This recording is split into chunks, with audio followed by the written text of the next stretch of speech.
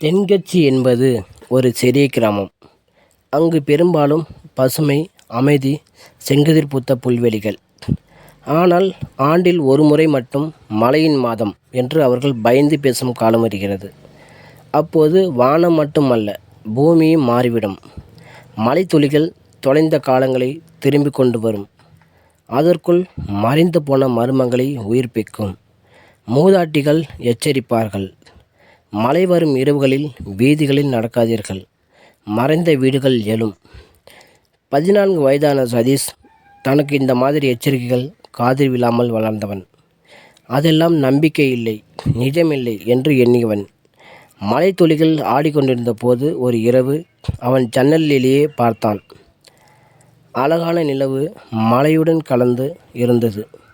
அந்த நேரம் திடீரென தெருவில் மறுபுறம் ஒரு வீடு தோன்றியது. பழைய பஞ்சு வீடு போலவும், ஆனால் அதன் மேல் ஒரு மங்கிய வெளிச்சம் போலவும் தெரிந்தது. இதை முன்பே பார்த்ததில்லை. அவனது உள்ளம் அழைத்தது. ஆவலுக்கு ஏங்கி சதீஷ் மலையில் குதித்தான். வீடு அருகில் செல்லும்போதுதான் அவன் பார்த்தான். வீடு மண்ணில் ஊன்றி இருக்கவில்லை. இது மலைத்துளிகளின் மேல் மிதக்கும் மாதிரி இருந்தது. அந்த கதவு தானாகவே திறந்தது. உள்ளே ஒரு நறுமண கலந்த மண் வாசனை.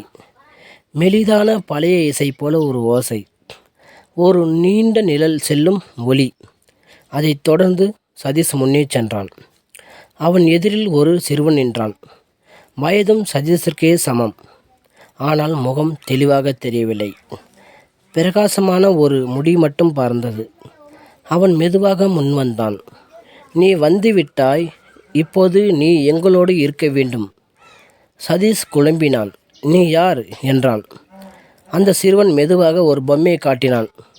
அதன் மீது சதீஷ் என்று எழுதியிருந்தது.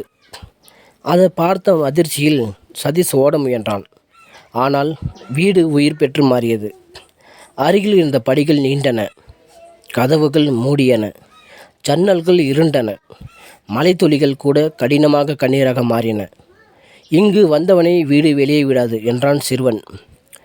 சதீஷின் உள்ளத்தில் எங்கோ ஒரு கூச்சல் இருந்தது. "பொம்மையை உடைத்தால் நீ தப்பிக்கலாம்." அவன் திடுக்கிட்டு சிறுவனின் கையில் இருந்த பொம்மையை பிடித்து உரசினான். அந்த சிறுவன் கடுமையாக கத்தினான். "இல்லை, இல்லை, நீயும் நானும் ஒன்றுதான்."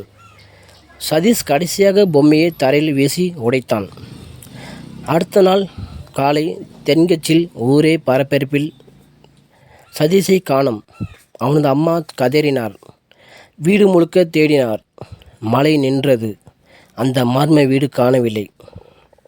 ஆனால் மரத்தில் தொங்கும் ஒரு பழைய பொம்மை மட்டும் காணப்பட்டது. அதை அருகில் சென்று பார்த்தபோது அதில் எழுதிய எழுத்துக்களில் சதீஷ் என்று எழுதப்பட்டிருந்தது.